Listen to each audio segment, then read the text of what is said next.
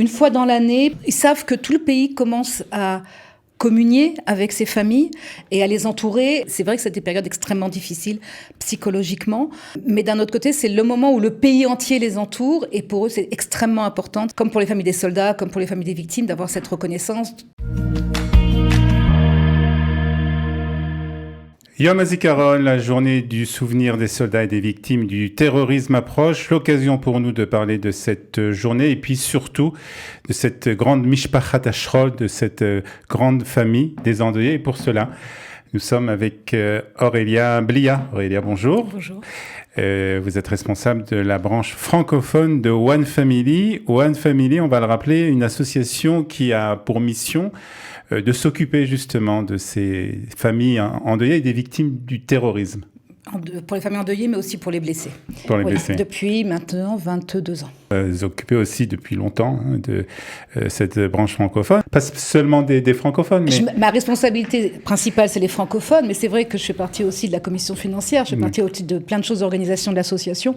Je suis à temps plein bénévole là-bas, mais c'est vrai que ma grosse responsabilité, ça reste les francophones. Alors c'est sûr que pour toutes ces familles endeuillées, ce qu'on appelle Mishpachat Ashrol en hébreu, et toutes ces personnes qui ont été touchées par le terrorisme, toute l'année, c'est difficile, bien entendu, mais à quelques jours comme ça, comme aujourd'hui du Yom HaZikaron, c'est encore plus dur, les sentiments sont encore plus lourds. Oui, une fois dans l'année, ça commence en gros presque après ça, ils savent que tout le pays commence à communier avec ces familles et à les entourer. Alors ça refait, pour peu qu'en plus de ça, les personnes soient les Askarot soient à peu près à ce moment-là aussi, c'est vrai que c'est des périodes extrêmement difficiles psychologiquement, mais d'un autre côté, c'est le moment où le pays entier les entoure et pour eux, c'est extrêmement important, comme pour les familles des soldats, comme pour les familles des victimes, d'avoir cette reconnaissance. On va parler un peu...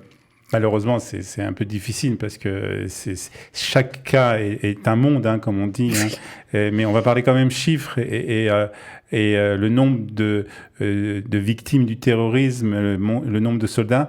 Malheureusement, ces chiffres sont toujours aussi durs à dire. C'est extrêmement violent. En fait, chaque année, on espère que notre famille ne grandira pas. Je crois qu'on est la seule famille au monde à ne pas vouloir s'agrandir.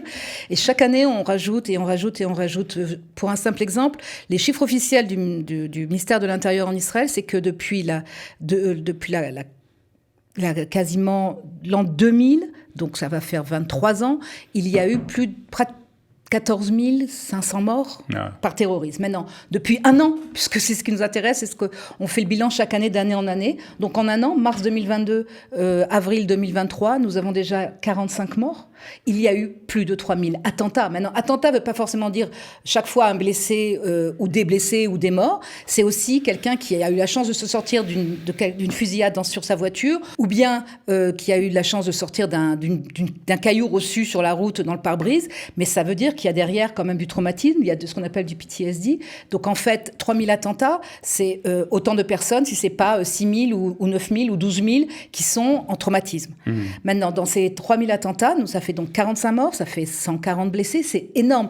En moyenne, c'est 200 attentats par mois. Alors, ce qu'il faut préciser quand même, c'est 45 morts, c'est un chiffre énorme déjà, c'est plus de 140 blessés, mais c'est aussi toutes les personnes qui sont rattachées à ça. Ça, c'est le noyau. Après, vous avez tout ce qui est... C'est des milliers de personnes, en fait. C'est une réaction en chaîne, une réaction quasiment atomique. C'est-à-dire que ça veut dire toute la famille est touchée. La famille principale, les parents, les frères et sœurs, les grands-parents, les maris, les enfants. Et puis, après, c'est la famille en grand et les amis intimes.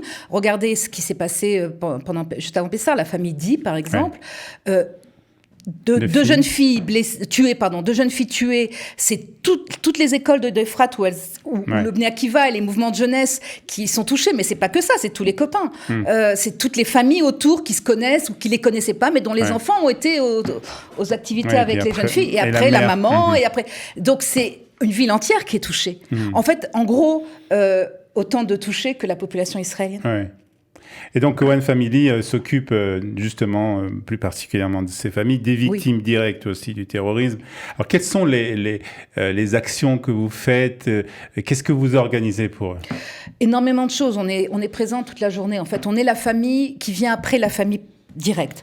Parce que la violence d'un acte de terrorisme fait que c'est vrai, on est très entouré dans les semaines, le mois, l'année, et puis après, il y a quand même une protection automatique de l'être humain contre cette violence-là.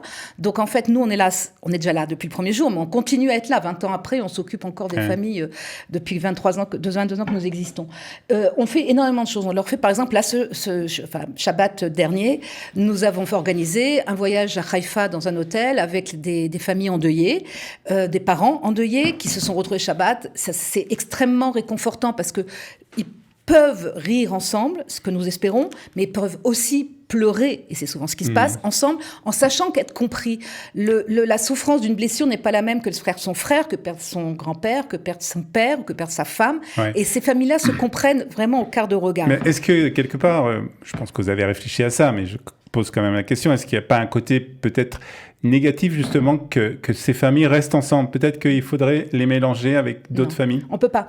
On peut, si vous voulez, évidemment, il y a des activités où on les mélange, mais quand ce sont comme ça des retraites, qu'on appelle ça des Shabbats retraites ou des voyages. J'ai eu par exemple, il y a 1 mois et demi, 2 mois, une 25 jeunes qui sont partis en Éthiopie pour faire une retraite de traitement de nefesh, c'est-à-dire de l'âme, de reconstruire la souffrance de ces jeunes gens. C'était tous des jeunes d'entre 20 et 30 ans.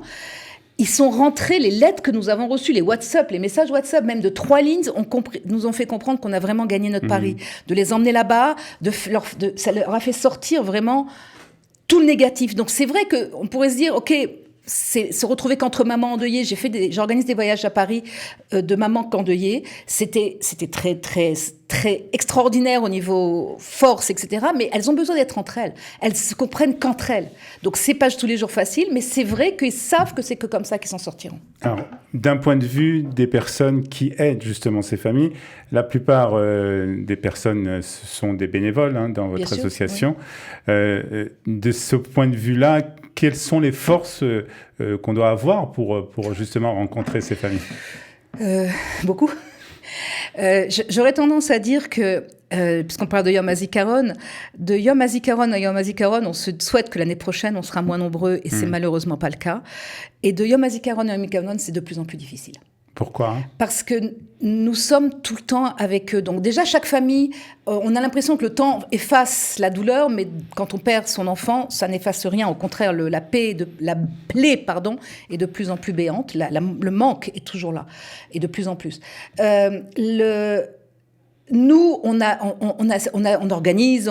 Donc, au niveau des bénévoles et du personnel qui travaille là-bas, les assistants sociaux, les psychologues, la charge émotive est extrêmement... violente, c'est peut-être un peu fort, mais c'est presque lourd. Ça. C'est lourd, c'est très très lourd. Et nous aussi, on doit quelquefois dire, là je peux pas, il faut que je me reconstruise quelques jours, et que c'est très très difficile pour nous aussi. Mais notre rôle, c'est d'être là présent pour eux, donc on peut pas lâcher. Mais c'est vrai que c'est lourd. Alors aussi cette année, et puis c'est quelque part entre guillemets normal, je dirais, c'est pas vraiment le mot qu'il faut utiliser, mais parmi cette famille des endeuillés, il y a eu aussi des francophones qui ont rejoint. Malheureusement, il y a eu des francophones, il y a eu un soldat français, et il y a eu beaucoup de blessés aussi francophones. Alors le fait justement pour une famille on a vu cette famille de Netanya qui était une famille qui a fait son alia il y a quelques années, est-ce que le fait justement d'arriver en Israël, de ne pas connaître exactement la culture israélienne, est-ce que le choc est plus important? Je ne suis pas certaine. Maintenant, je vais vous raconter une anecdote qui n'est pas celle de ce soldat-là, mais quand il y a 12 ans, 13 ans, le drame de la famille Fogel est arrivé, je n'oublierai jamais la phrase de la rabbinite Ben Ishai qui s'asseyait donc le soir même de l'enterrement où Premier ministre Benjamin Netanyahou est allé s'asseoir en Shiva avec la famille Ben Ishai et la famille Fogel, et elle l'a regardé, elle a dit « Nous sommes arrivés il y a plus de 30 ans, Adoni Rosh Memshala, Mazeh Mechir Hazeh. Quel est ce prix que nous payons ?»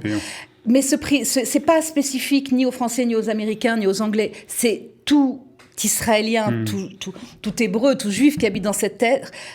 C'est un prix qui est extrêmement difficile, très lourd. Mais c'est ce qu'on a choisi, quelque part. Alors, on va parler un peu de ces cérémonies de ce Yom HaZikaron donc, qui approchent. Il y aura bien entendu des cérémonies dans tout le pays et plus particulièrement aussi dans cette association One Family. Alors, qu'est-ce que vous organisez cette année ? Chaque année, nous organisons dans les locaux de One Family à Jérusalem et aussi dans les antennes dans le pays une cérémonie où nous recevons les familles qui viennent en liberté. C'est-à-dire qu'on envoie les invitations à tout le monde, viennent qui veut. On a commencé il y a 20 ans, on avait 100 personnes. Malheureusement, maintenant, ça déborde dans la rue. On est 2 3 000, 4 000, sans compter que c'est en direct sur Facebook et sur YouTube. C'est une cérémonie durant laquelle, donc, bien évidemment, il y a la sonnerie, donc tout le monde est prêt. Ensuite, il y a un papa endeuillé qui fait le Kaddish et qui allume la lumière du souvenir. Et après, c'est pendant 1h30 des témoignages de familles qui vont venir. Par exemple, on va avoir la sœur aînée de Ori Ansbacher qui avait été assassinée en 2019, qui, by the way, est aussi d'origine française. Nous allons avoir Shania Vigal, dont le mari a été tué l'année dernière à Elad, donc il y a pile un an au moment de Pessah. Entre autres, il y a à peu près une dizaine de témoignages, et entre chaque témoignage, ce sont aussi des histoires que certaines personnes ont voulu raconter de la personne qu'elles ont perdue. Ça peut être un mini dessin animé, ça peut être une chanson, ça peut être un poème, ça peut être un livre dont il va parler. Et à partir de 9h30, on fait ce qu'on appelle en hébreu Shira Vetsibour, sur le thème donc en général ce sont des chansons comme on entend à la radio toute la journée, des chansons douces, etc. Et cette année on a ouvert une plateforme pour demander aux gens quelles sont les chansons qu'ils veulent de façon à ce qu'elles soient préparées. Ça c'est la première grosse cérémonie.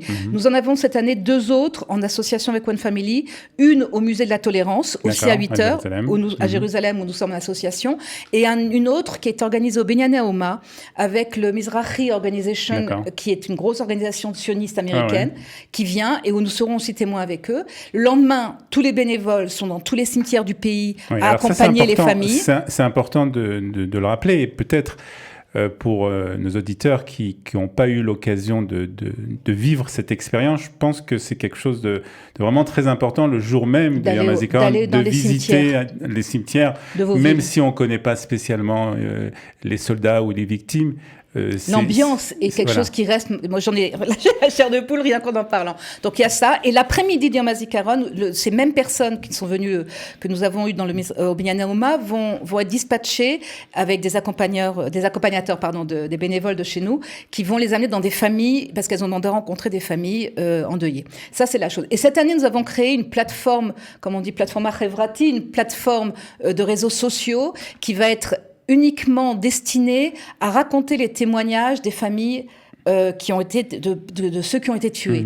Et c'est quelque chose de très important parce que malgré tout, on se souvient du papa qui a été tué il y a 2 ans, mais dans 20 ans, qu'est-ce qui va en rester ?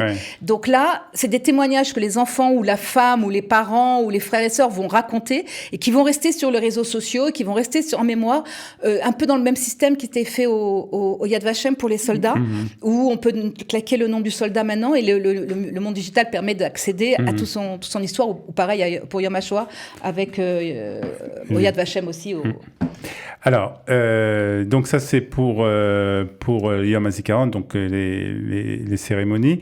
Et puis je suppose que tout au long de l'année aussi continuent les cérémonies et les toute l'année. D'abord il y a les Askarot. Donc nous sommes présents aux Askarot, on est dans les familles, on est présent, on assiste, on les soutient un peu avant, pendant, après. Et puis tout ce qui est quand il y a les cérémonies pour le jour des blessés, nous y sommes aussi.